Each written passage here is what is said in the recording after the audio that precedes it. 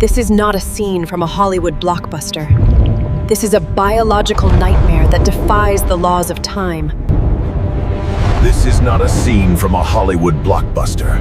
This is a biological nightmare that defies the laws. In the murky waters of a prehistoric estuary, two undisputed kings of their respective realms are about to collide. One is a silent assassin that ruled the steaming jungles of the Paleocene. The other is a leviathan that dominated the global oceans of the Miocene.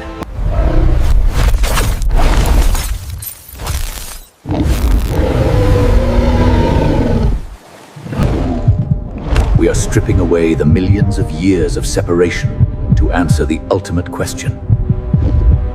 Welcome back to Animal Ranking Hub, where we dissect nature's most extreme anomalies. Today, we aren't just ranking animals. We are simulating a war between the two largest predators to ever exist. If you want to witness more prehistoric battles that science says shouldn't happen, make sure to hit that subscribe button and turn on notifications. To understand the violence of this encounter, we must first understand the combatants. In the red corner, 6 million years ago, shortly after the dinosaurs were wiped out, the Earth didn't cool down. And in the sweltering swamps of what is now the Cerrejon coal mine, a monster evolved to rule the heat.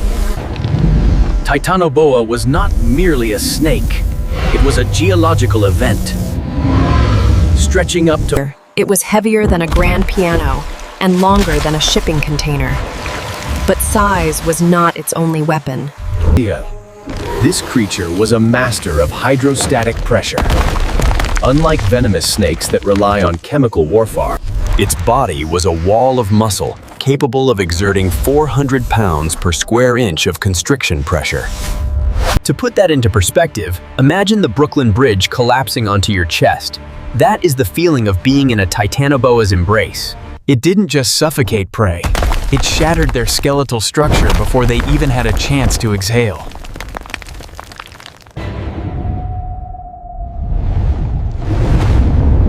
however, wait we corner. While Titanoboa ruled the swamps, Megalodon was the architect of terror in the open ocean 20 million years later. This was not simply a great white shark scaled up. This was an entirely different lineage of violence. Estimates for the Megalodon suggest it reached lengths of up to 60 feet and weighed a staggering 50 to 7 tons. That is not an animal. That is a biological vessel of war. A full-grew megalocene weighed as much as 10 African elephants combined. Its teeth were the size of human hands, serrated like steak knives and lined in rows that functioned like a conveyor belt of death.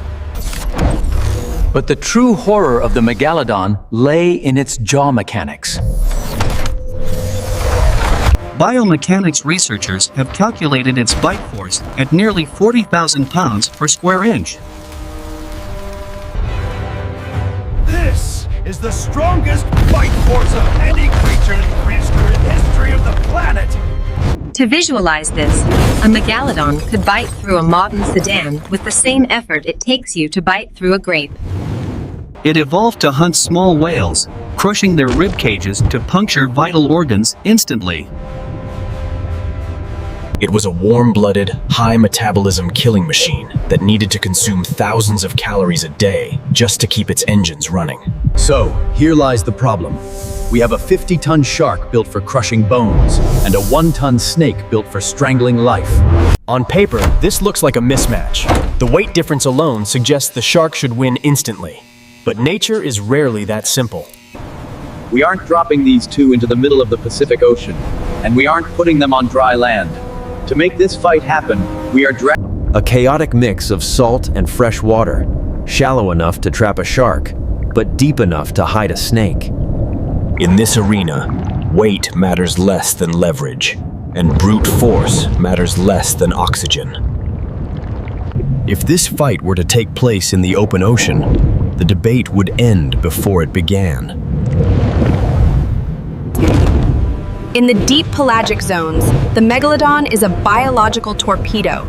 It has the speed, the maneuverability. Conversely, in the shallow, root-choked swamps of the Paleocene, a 50-ton shark would be little more than beached cargo, suffocating under its own weight. This is the kill zone. Imagine a river mouth where the fresh water of the jungle bleeds into the salt water of the sea. The Megalodon enters this arena with a distinct sensory advantage. Evolution gifted sharks with the Even in total darkness, the Megalodon can see the heartbeat of a terrified animal. However, this system has a flaw. The Titanoboa, on the other hand, operates on a different frequency. As a snake, it lacks external ears. The Titanoboa, on the other hand, operates on a different frequency. As a snake, it lacks external ears. Now we must address the physics of the engagement. This is where the mathematics of survival becomes deadly. We are A 50-ton object moving at 20 miles per hour generates a kinetic impact force equivalent to a runaway freight train. If the Megalodon lands a direct hit with its snout, the hydrostatic shockwave alone would rupture the Titanoboa's internal. For the Titanoboa, the strategy is not to overpower, it is to entangle. But fighting underwater presents a unique. to generate the necessary respiratory 400 per square inch of cartilage. The Titanoboa must use the mondo of the dog body as. However, the Megalodon has a structural weakness that the snake does not. It is a ram ventilator. If the Titanoboa can wrap around the gill slits, or simply act as a drogue chute that creates enough drag to stop the shark. Conversely, the Titanoboa is fragile in comparison. Its skeleton is made of hundreds of delicate vertebrae. A single grazing wound from the Megalodon's serrated teeth would sever major muscle groups required for constriction. The snake is a glass cannon. The matchup, therefore, is not a brawl. It is a game of Russian roulette played in zero visibility. The Megalodon is the tide rises. The estuary floor, a graveyard of silt and rotting vegetation. The Megalodon has entered the channel. It is not hunting the snake. It is following the scent of a prehistoric duke. The shark moves with the lethargic confidence of an apex predator, while 20 feet below, the Titanoboa uncoils from the mud. The snake slams into the shark's flank, sinking rows of recurved teeth into the rough, sandpaper-like skin to The ambush is triggered by pressure, not sight. As the 50-ton mass of the shark passes overhead, the Titanoboa Instead, it launches its 48-foot body upward, targeting the shark's midsection, just behind the pectoral fins. The snake slams into the shark's flank, sinking rows of recurved teeth into the rough, sandpaper-like skin to anchor itself. Reacting to the sudden parasite attached to its side, the Megalodon detonates into action. It does not think. It reacts with primal violence.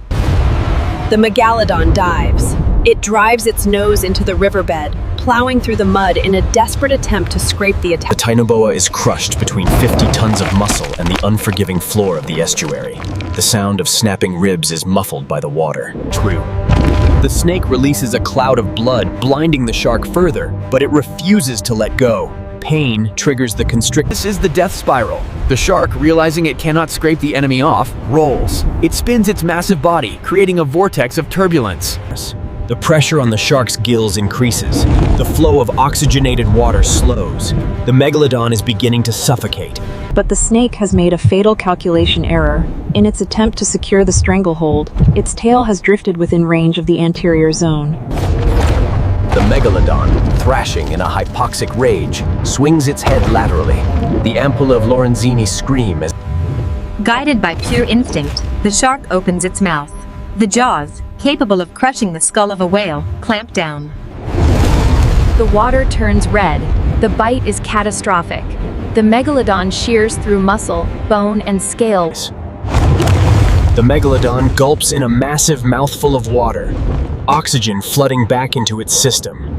The snake is no longer the attacker. It is drifting biomass.